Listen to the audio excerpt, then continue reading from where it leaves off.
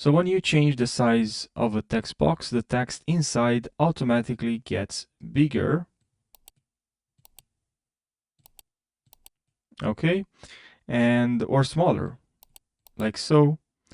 And if you don't want this, it's pretty much now, as you can see, it's unlocked. You're just gonna have to go right over here. We see font will resize.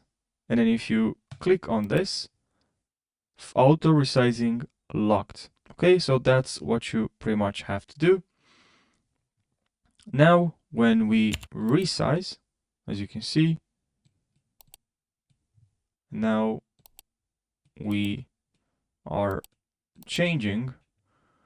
We're changing the size. Now we increase. We can add like so more text. Let's say we're gonna go. We have here the text, and then here it's for scene 8. So I'm just gonna click on storyboard here, and I'm gonna edit, let's say, the text here. Okay, now you just move. As you can see, the text is font will resize, and I'll lock this. And as you can see, now you can unlock if you want.